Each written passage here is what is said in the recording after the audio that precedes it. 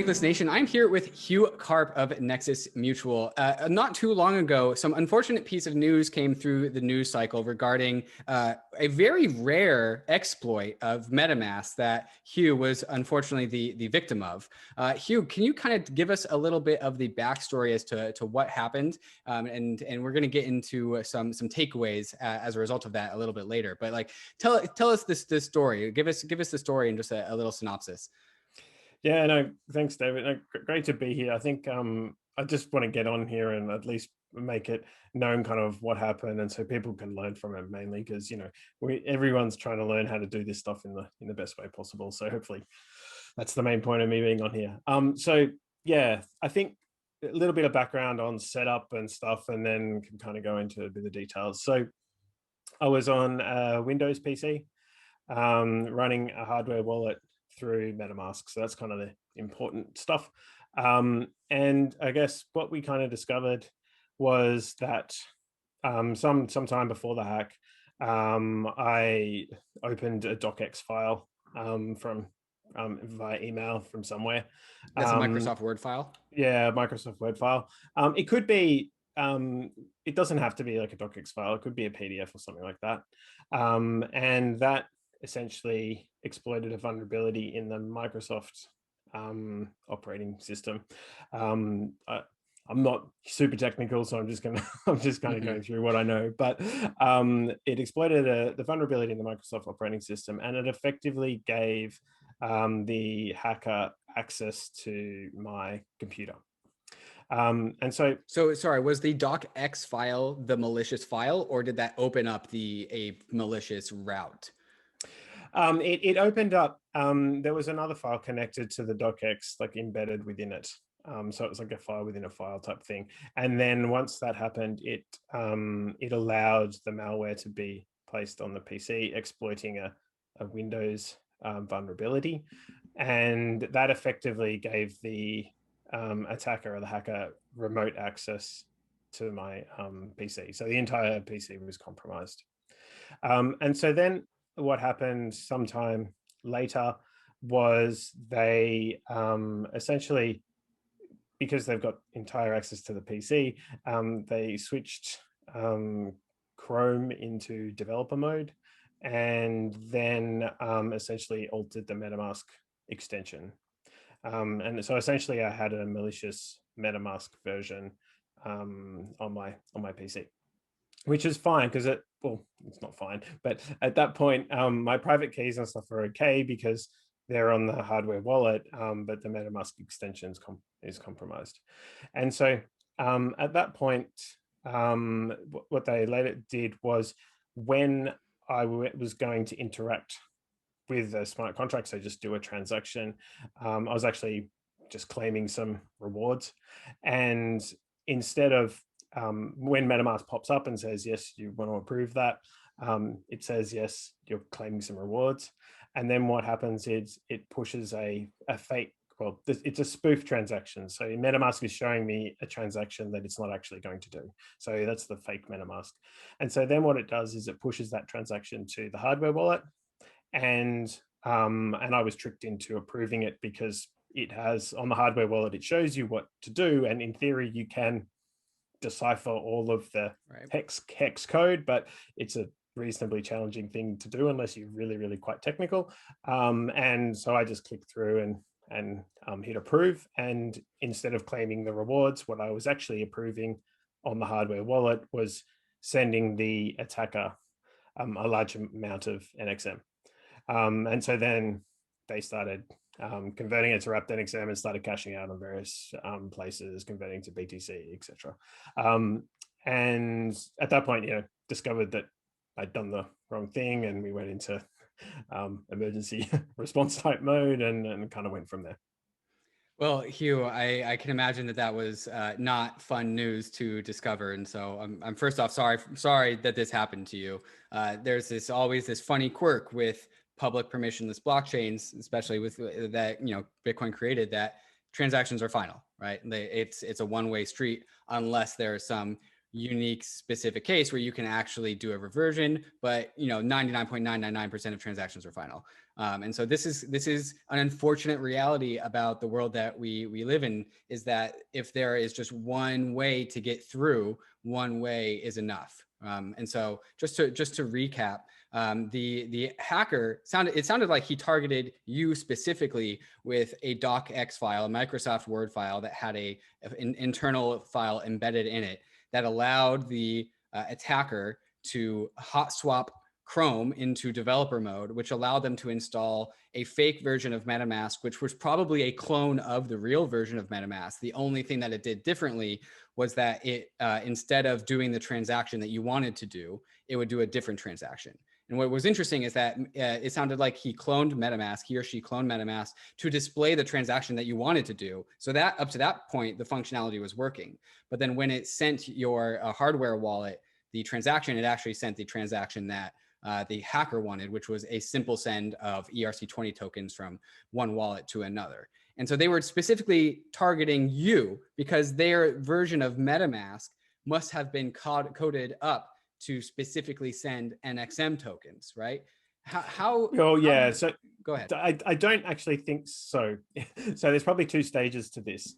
So the first, and I think this is important because I think some people might come away with the impression that I guess I'm a bit more of a public figure, so I'm more likely to be targeted, and therefore if they're not, then perhaps they're a bit safer. However, the docx file, etc., was that attack up until that point that could work on anyone. And so then they've got access to your computer, and then they have deployed a specific version of the breach. So now that they've got access to the computer, they can essentially work out a targeted attack for you based on the tokens that you actually have.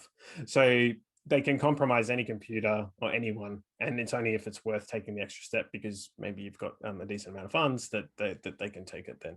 So yeah, so I guess anyone is potentially vulnerable by opening these files. And I think it's important, a few things there. One is that these files could just be shared in Discords. Relatively easy to click. Secondly, the title of the docx file that I opened was on a particular topic that we were discussing in our community and within our team at that point in time.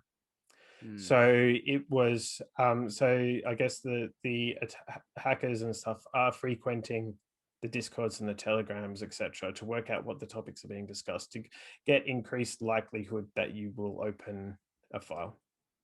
And so at that point, your computer's compromised and then they can take the next steps. So how do you feel specifically targeted by this one attacker, or was this a random chance that you were actually the victim of this one exploit? I think they were definitely targeting victims within like Nexus, because it was a topic that the Nexus community was discussing at that point. I guess I'm more likely to be a specific target just because I likely have a large amount of tokens of Nexus, and so that's probably there. But I caution to say, like, I'm sure the particular attack can be expanded to just general people in crypto that are in these communities. So what can you tell us about the attacker? Because I know NXM, Nexus Mutual, has a KYC process, and I believe the attacker actually went through the KYC process. Does that mean that somebody knows the identity of this individual? No. So, well, yes, there is a KYC process on Nexus, but the tokens, my tokens NXM can only be sent to within members. So my tokens were sent to another Nexus Mutual member address, but it's believed that member address was also compromised earlier, so that the KYC doesn't help us there because it was compromised already, and so essentially that means that once they've done that, they've got control of the tokens, and then they shift them out into wrapped NXM, and then it's just a standard ERC20 that they can do what they wish with. And then at that point, it's into the ecosystem. It's the cat's out of the bag there. Yeah, exactly. And so they wrapped them and then started selling on various exchanges, etc., they actually still hold a chunk of wrapped NXM, probably about a quarter or 20% of what they stole. Okay. And then I believe they also transferred some into Ren BTC, and then I'm presuming exited into the Bitcoin blockchain. What do you guys know about that? Yeah, I mean, we track the funds. The funds dispersed very quickly, very fast. Obviously know what they're doing and have probably done this before, I'm guessing, just based on that. But a lot of them have exited to BTC. Well, again, Hugh, I'm sorry that this happened to you. Nexus Mutual is foundational in the realm of DeFi for providing insurance for people who are trying to use contracts that could be exploited by more typical attacks, economic exploits, things that we see in DeFi all the time. This one is a little bit atypical. What have you done now that this has happened? How have you changed your behaviors? Like, what do you do now? Yeah, so I threw out that computer for starters. It's cursed now. Yeah, cursed now. Yeah, never touching that again. But then, so I got switched operating systems, and then also got a specific other computer that I just use for signing transactions. So it basically just goes to a very small handful of sites and no email, no nothing else on it. And so that reduces the kind of attack vector, I guess. There, I'm noting that you can't actually, nothing here is foolproof. It's all just a matter of levels of security, really. And I guess the other thing I do quite religiously now is make sure I know which contract address I should be interacting with whenever I do a transaction, which is painful at times, but I've gotten to the habit of looking up the contract address and then checking on the hardware wallet that I am interacting with the correct address.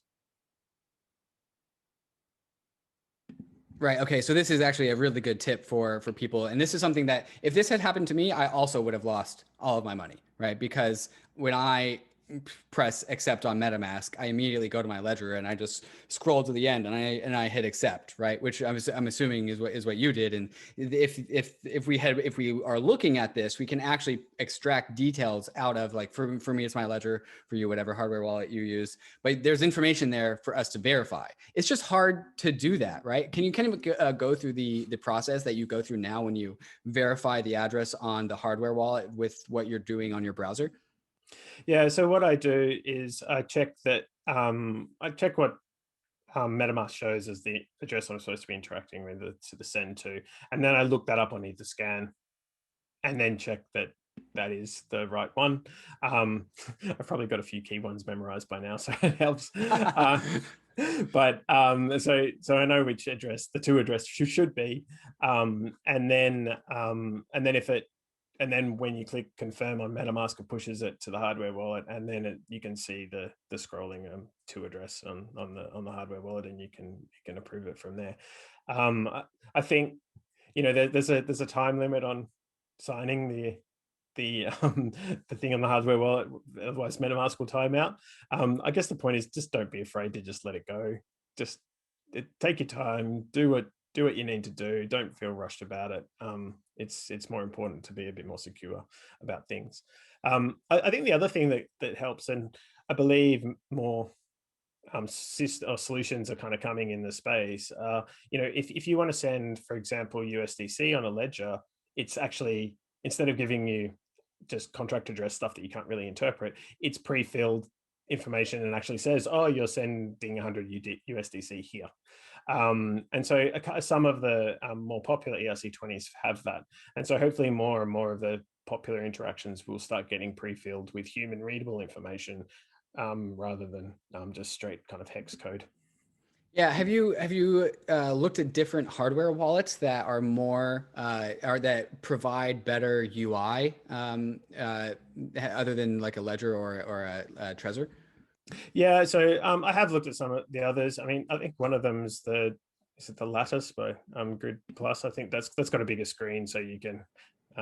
There you go. He's going in the background. Very good.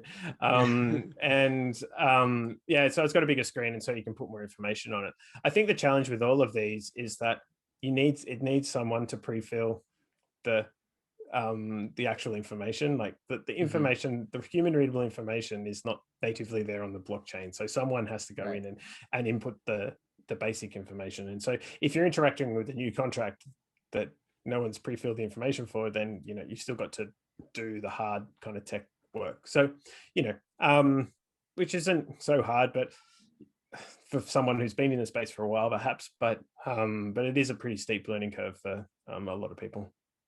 Yeah, so I think ranking the levels of risk here, the people that have a high amount of value in tokens and ether that are making a high number of transactions, you know, 1 to 10 transactions a day, which I would imagine as the CEO of a DeFi protocol, that's what you are doing. You're making a high number of transactions per day. I feel like those people are the most at risk. But it seems to be that with this kind of attack, the cost to try and make this attack happen aren't actually that large, right? If you are just trying to get somebody to download a docx file, that seems like a pretty, that sounds like a potential spam attack where somebody could just be going into Discord. And I get Discord DMs all the time saying, hey, join my Discord group. Like, hey, you know, blah, blah, blah, blah.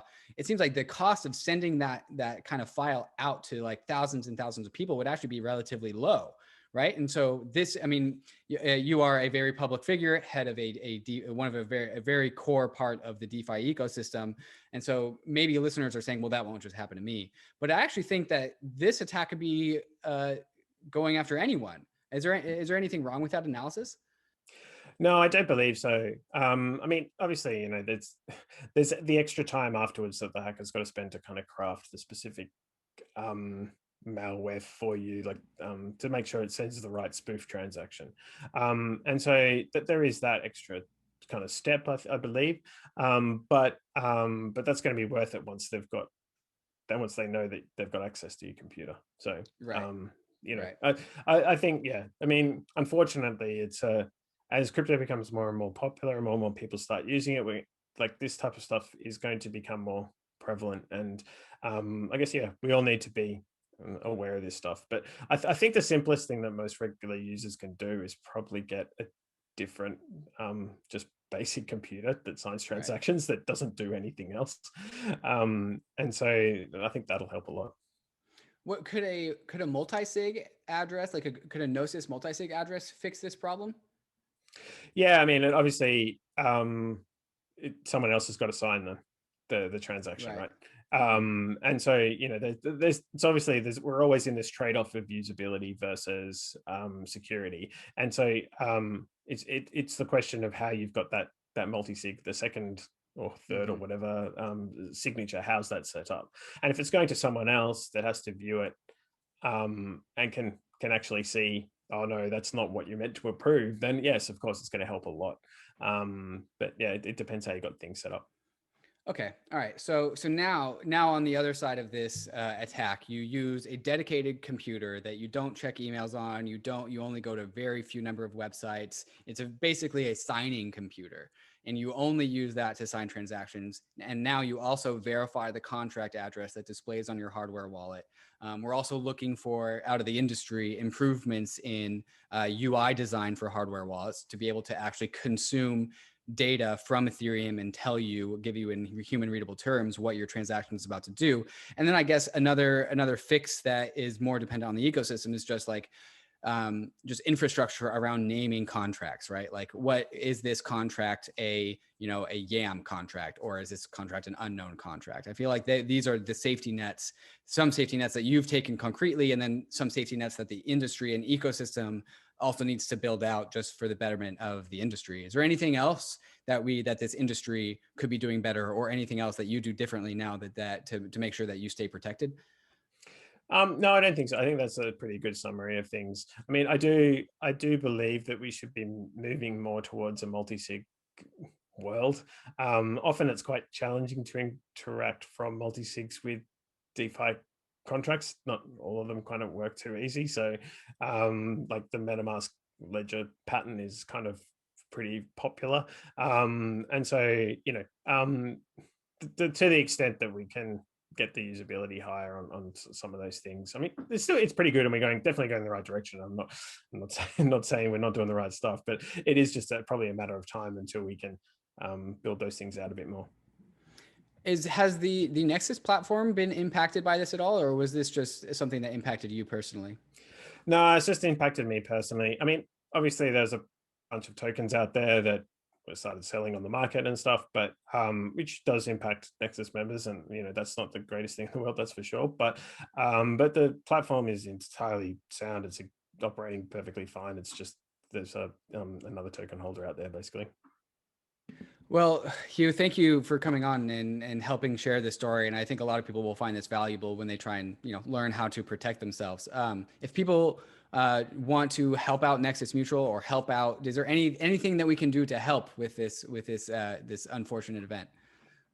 No, I don't think so. I think it's more just about being aware of what this. Firstly, be aware for yourself. I think that's the first thing, and secondly, I mean, I think the Ethereum community in particular is really good at coming together and backing kind of the public good side of things. And I think there's probably solutions. Some part of the solution here is going to be particular projects and stuff, but other parts of the solution are more public good oriented. And so where there's an opportunity to kind of fund those or help that stuff out, then yeah, please take it and get involved that way.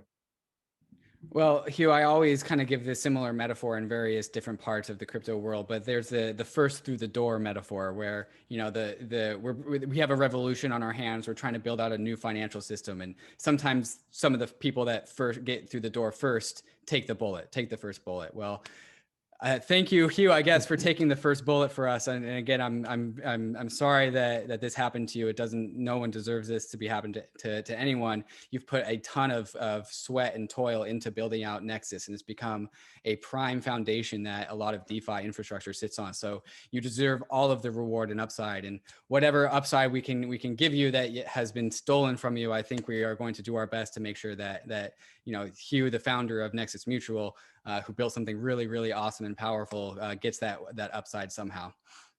Thank you very much. Yeah, let's just get out there, review your security practices. I mean, it's painful, takes time, but it's well worth it in the end. Awesome. Well, thanks, Hugh, for coming on and sharing your story. Cool. Cheers. Hey, we hope you enjoyed the video. If you did, head over to Bankless HQ right now to develop your crypto investing skills and learn how to free yourself from banks and gain your financial independence. We recommend joining our daily newsletter, podcast, and community as a Bankless Premium subscriber to get the most out of your Bankless experience. You'll get access to our market analysis, our alpha leaks, and exclusive content, and even the Bankless token for airdrops, raffles, and unlocks. If you're interested in crypto, the Bankless community is where you want to be. Click the link in the description to become a Bankless Premium subscriber today. Also, don't forget to subscribe to the channel for in-depth interviews with industry leaders, Ask Me Anythings, and weekly roll-ups where we summarize the week in crypto and other fantastic content. Thanks everyone for watching and being on the journey as we build out the Bankless Nation.